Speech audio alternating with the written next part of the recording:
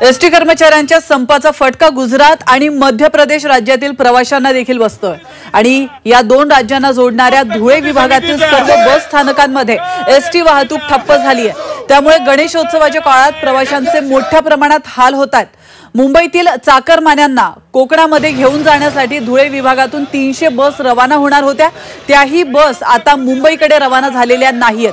त्याचप्रमाणे या संपाचा फटका हजारो शाळकरी विद्यार्थ्यांना बसतोय।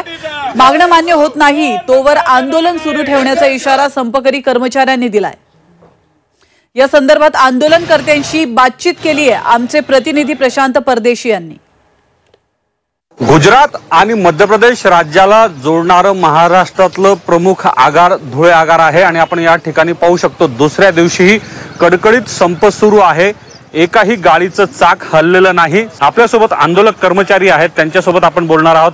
आज आंदोलनाचा सलग दुसरा दिवस आहे, काय सांगाल? आमच्या या धरणे आंदोलनाचा आज सलग दुसरा दिवस आणि माननीय मुख्यमंत्री महोदयांनी आज आम्हाला संध्याकाळी 7 वाजेपर्यंत सह्याद्री अतिथीगृह इथे संयुक्त कृती समितीला बैठकीसाठी पाचारण केलेलं आहे। त्या बैठकीमध्ये काहीतरी आमचा प्रमुख मागणी जी आहे की शासकीय कर्मचाऱ्यांप्रमाणे वेतनवाढ आम्हाला मिळाली पाहिजे, या प्रमुख मागणीसह इतर अनेक मागण्या प्रलंबित आहेत।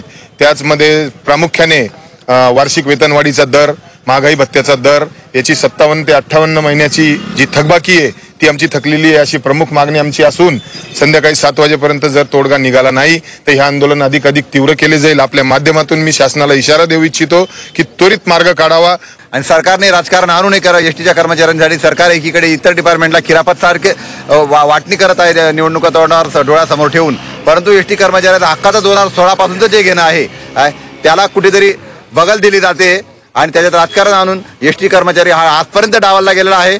तर शासनाचा कुठलाही सरकार विरोध, परंतु सरकारवर आरोपच आहे की सरकार एसटी कर्मचाऱ्यांकडे कायमस्वरूपी दुर्लक्ष करत आहे।